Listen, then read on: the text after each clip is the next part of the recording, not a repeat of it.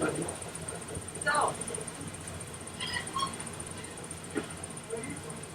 where am I from? New Jersey. It's right out of New York, Englewood, New York. Yes. Yeah. I learned how to play in New Orleans, really. I mean, I went to Berkeley college of music for 2 years, and then I sort of got a lot of theory and farming knowledge there, and then I sort of applied it in New Orleans playing gigs.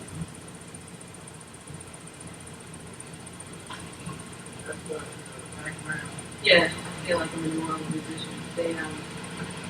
They really have an emphasis on rhythm. You know what I'm saying? It's when I realized that all the things at Berkeley with a million notes and play the most you can play and imply the most chord changes and scales and stuff like that didn't mean anything unless the groove was there. And the New Orleans people focused on that. Seems like all the musicians. Yay, groove! No, it's not feel good, you know? Drummers, yeah. Love drums. Any other questions? Now, last time I was here, there were like hardly any questions, and then after the gig, 1 million people come over and start talking. So I want you to get it all out because I got to go someplace right after this. Okay, so are there any questions? There must be some stuff. Yeah. Who'd you work on? Let's look about your musical background. Do you have any influences? Yeah, Wes Montgomery, John Coltrane, McCoy Tyner, Bill Evans, Pat Martino, you know, the usual crowd, I guess, for our type of music that I'm playing. And I'll tell you one thing that I can tell you about my influences. I stopped copying guitar players a long time ago. I stopped copying everybody in the past 2 years, but when I used to do transcribing and things like that, which I believe in totally, I stopped doing guitar players. And then it seemed like that the few licks that I did copy, no one knew where they came from because they weren't guitar licks. They sounded different, they made my hands move in different ways, and they were very musical too. So, piano players and horn players. Is that where you get a lot of interval skips you play? Yeah, that's sort of like a sense of things that I hear. I hear that stuff, probably from Pat Martino, actually. But it's funny, guitar is a funny instrument for playing outside, which we just tried to do. For going into the ozone, it's strange because a saxophone can sort of go into the ozone. A friend of mine who's a piano player just picked up a soprano. It sounded like Coltrane in a way. He was just making noise. In other words, a guitar player has a real problem with just making noise. It's almost like we have to play planned notes or here's my new outlick. You know what I'm saying? And so I found that interval skips give that sort of frame of mind, you know, without being obnoxious. The process visually on the guitar, or since I don't look very often, I don't know. I guess it is visual because it's in my head, you know. Sometimes I just grab for things too, you know, and then I like it and we'll do it again.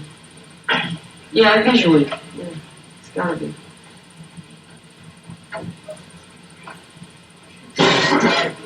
how did your record deal come about? Let me see. I was 19 and I was living in New Orleans and I met Herb Ellis. I asked him for a guitar lesson. I also asked him to fix my guitar, which was a Herb Ellis Area Pro 2. I was like really nervy in those days.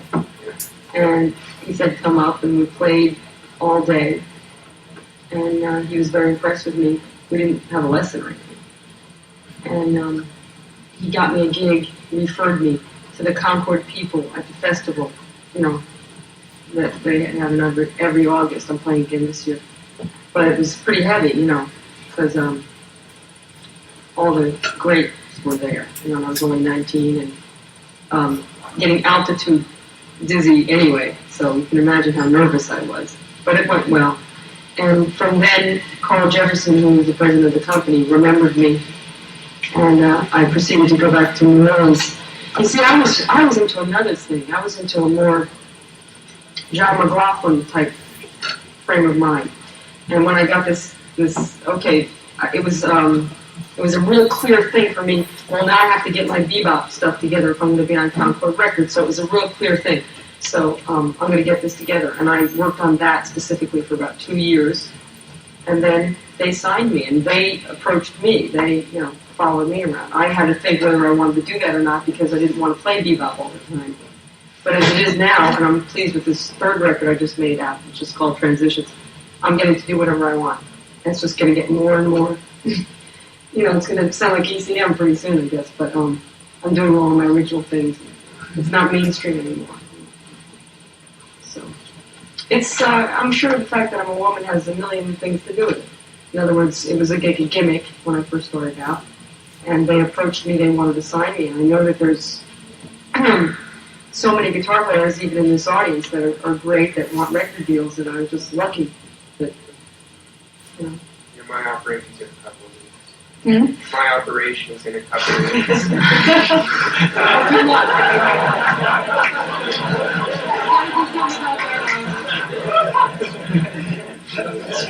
Well, I think you also have to play really good. You play really good also. It would help, Because one thing is that when they're listening to the records, they don't see you.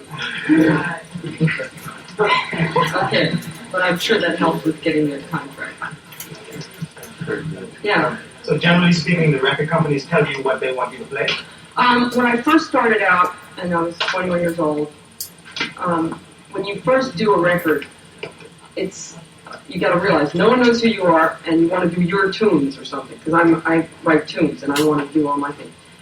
Their idea is that people won't buy the record. In other words, if people will buy a record if they don't know who you are, if you're doing songs that they've heard before, And that label has always been mainstream anyway. So I just complied. I mean, look, I got to play with Hank Jones, and he's incredible. And I got to play with some great musicians doing that other stuff, too. And I also don't mind limitations. I think that's a great challenge. In other words, if you had to make a record with all blues tunes, you should make it the heaviest record you can make. Look at Coltrane Plays the Blues. It's incredible. But just picture those type of limitations. Yeah, because I think Benson was the same problem. When he was playing a lot of stuff that they were telling him to play. Yeah. He had to do that until after a while he decided, I want to do this and I want to do that. Mm-hmm. When they said no, he left. Yeah. So I guess after a while you just get heavy enough to do what you want. That's how it always works, it seems, in business and all that kind of stuff. As soon as you prove that you're to be trusted and that you make money for them, especially, they'll give you more, what they call clout, I guess. They'll give you more control, and you can do more and more what you want. But I'm at a point now, I'm real happy with this record company because I can do anything now. I don't know if I brought in 10 kazoo players and, I don't know if that would be cool, but I can pretty much do my songs, which is all I care about. So, yeah. Do you spend most of your time writing tunes and then practicing scales? Either one, no. I do a whole lot of other stuff, and when I'm playing on the road as I am now, I might not even touch my guitar all day, and I find that different things affect my guitar playing at night, And I also found out that there's more to life than guitar playing, because I used to be so serious and weird, and I would go out for about a year. I'd feel guilty when I went to a movie because I didn't spend that time practicing, man. Didn't spend it. And it got like that for a while, and then I realized that it's supposed to be fun, like when you were 15 years old and you picked it up, and you were just, you're playing a lot of records, and that's how it was, and it's supposed to be back there. And when I realized that state of mind is another thing to be practiced, then I started practicing differently. I practice now I tape record myself, usually just playing a bass line with a metronome so I can make sure I'm cool, and play over it. Just play over it back and forth. I wear out the tape recorder. That's how I prepare for records. I figured out, look, I'm going to practice what I'm going to be playing. It makes a little sense. If I practice scales, then I'll be playing scales. I'll never have figured out anything else to do. And if I want to get into that trance-type state, whatever you want to call it, while I'm playing and lose myself, I'll have to practice that frame of mind. So that's what I started doing. So I'm sit with the tape recorder and drool after an hour and things like that. But I'm very, I have to be motivated. I'll practice 10, 15 minutes and then go off and do something else. Yeah. So when you used to practice I copied a new West Montgomery tune every day for a long time. Couldn't wait to do it. Couldn't wait to get home to do it. And transcribed sometimes a 4-bar thing, worked it into my playing, and then went on to another thing. I wrote a few things down, wrote never more than a chorus of solo, because my theory with myself is that I won't absorb it. If I just get a book of somebody's solos and read it, I don't absorb anything.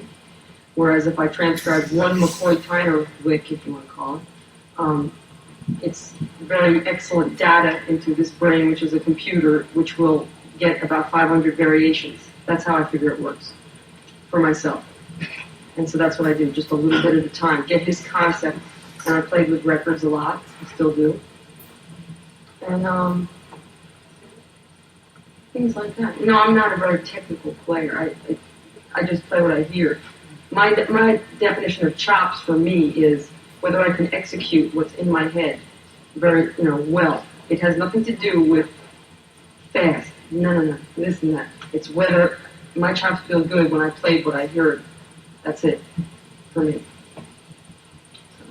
So I play what I hear for practicing too. You feel comfortable in the studio? I'm feeling more comfortable in the studio than I ever was. I'm okay in the studio. You'd be surprised some people come by and listen to you, heavy musicians will be coming by and listen to you. I don't know, I have a pretty good thing that I don't get nervous very much anymore like I used to when I first started with the studio. I used to go into the studio, which is ridiculous. Hands freezing, face sweating, and I don't get nervous in the studio, but I tell you what, I'd never want to be a studio musician because I just don't have that type of mental capacity. I don't like the studio, is what I'm saying. I like playing live. Yeah. You usually play in a trio situation. I have been more than anything else, and I love it. I love it. Yeah. How's your thinking different as opposed to playing with a quartet? Oh boy, it's unbelievable how much of a difference it makes. And I'll tell you something. It's the greatest challenge that a guitar player can take. I know, because I can't hack it. That's why I want to know. Just keep doing it. Keep doing it. And it's nice to play trio in front of guitar players because they know how hard how hard it is. But like the rest of the world doesn't. Yeah. It's like, hey man, this is hard. Can't you catch this? I'm getting all these chords in the middle. I'll tell you one thing about trio I realized. I used to figure that I always had to play the chords. I was playing a few notes and comping real quick, and I was like, and I realized that you don't need the chords a whole lot, especially if you've got a wonderful bass player. Like I played on this record that I just made with Eddie Gomez. I didn't need any chords at all. He filled it up perfectly. You know what I'm saying? And you just stop getting nervous about the comping part. If you can concentrate on that, it's a lot easier. Yeah. If they can't hear the changes, Yeah. My problem is just that I'm either playing a lot of single lines or playing chords. The thing is to get them together. You do it very exactly. well. Thank you. Good. Thanks a lot. I've been doing this a couple of years now, this trio thing. And it's always a great challenge for records and stuff. Yeah. What's the next thing you want to start working on? This next record that I'm doing. I mean, like as far as expanding your style. Oh wow. There's so many things I should be doing. And then I realized I hate that word should, because either I'm doing it or not. But I plan to get into a lot of John Coltrane things, and I plan to take some classical things and the concepts of some of the harmonies and apply them to the chords I already know. Oh, there's so much I have to do. It's just unbelievable. But mainly is have a good time and be happy. Things like that. The most important for me. Who are the musicians you want to play with on the next album? Same musicians as I played at the last record. Bob Moses, Eddie Gomez, a trumpet player named John Durth, who's incredible. Lives in Virginia, just laid back guy. He's just a monster. He just isn't into the hustle. But he's wonderful. And it's another no piano deal. But actually I'm trying to figure out, I might dub in a few things for the first time in my life. Which is probably a first on Concord Records. He thinks I'm crazy.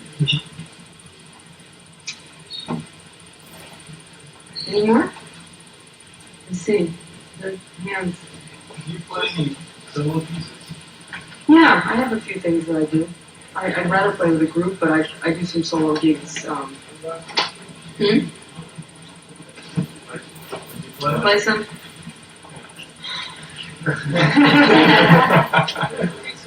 Since I asked for it. Play one. It's a folky type thing. You want to hear it? It's easy and all that type of stuff.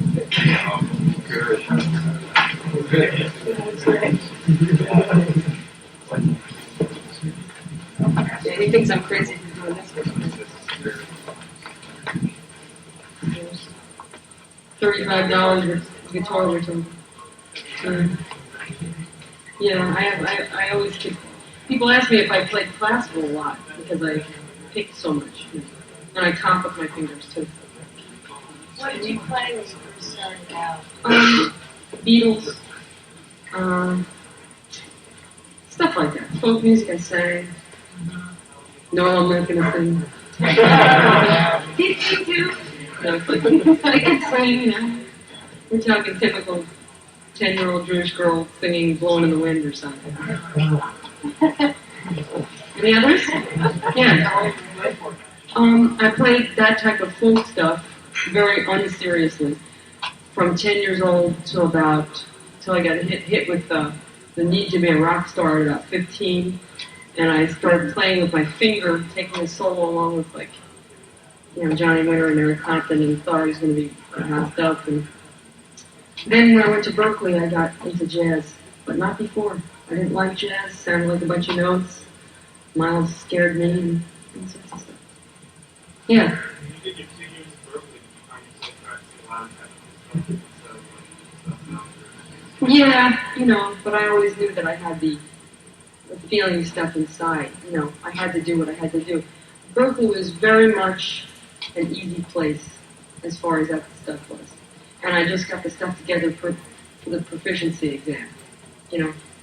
I wouldn't do anything until the last week or something, and then I learned all my scales, which I don't regret doing, of course, but I didn't use it to its full capacity.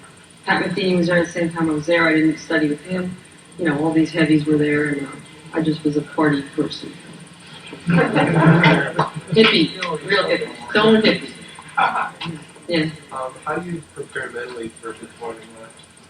I don't worry about it. I try not to worry about it. And that goes with while I'm playing, I try not to worry. I used to, when I first started out, worry before the gig and then get myself into a frenzy by the time I got to the gig. And I used to worry while I played that after I made a mistake, I should be crucified. And now I don't do either one of those things, and I'm much better off. Because you can't spend the time punishing yourself with the bad note that you played 5 bars ago. There's no time, Or congratulating yourself for the wonderful thing. Called him up, and he was a great guy. And I had a gig in New York, and I needed some local musicians, and Eddie and Bob are local musicians in New York City. And they happened to think that I was a good musician, worthy of their presence. And they played with me again and again. We're going to play next week. I'm really excited about it. In the village at a club. And you just get to be friends, they're just regular guys, really. But I knew they wouldn't stick with me and back me up so well if they didn't like what they were doing. So we're good friends, really. I think I read an article about you in the Top Play magazine. What's that? The Top Play magazine? Yeah. That was a long time ago, right? It was about 3 years ago, I think. Did that article help you, like, as far as you're concerned? Oh yeah, everything helps. You'd be surprised what things help that you don't even know about. Someone sees you playing at a small club, or someone knows you and they hire you to play in Europe at a big festival. It doesn't. Everything you do helps you. I always was very much forced myself to sit in all the time, even when I didn't want to. If the boys would let me play once in a while. At the beginning, it was like I'd sit there with my axe and wait all night. Like some jerk would get up there a long time before I would. What's going on? But I'd always force myself to sit in, even if I hated it, just so I could be out there playing and people would see me. I guess it worked out that way. Did I get everybody mad for this? It was true, man. I'm telling you, it was like ridiculous. I put my name on this list in New York. So they have lists. You put your name on a list, and you're next after 2 hours or something. And then you're sitting there with your guitar just waiting to play, and they're afraid you're going to play like serious James Taylor or something while they're playing the blues, and you're just waiting to play, and you're all, you know how it is before you go off and sit in, you're all like this anyway, you're dying to show, And then I'd have to go home and wouldn't be able to sleep, but I'd come back the next night. Any more questions? No? That's it then, folks.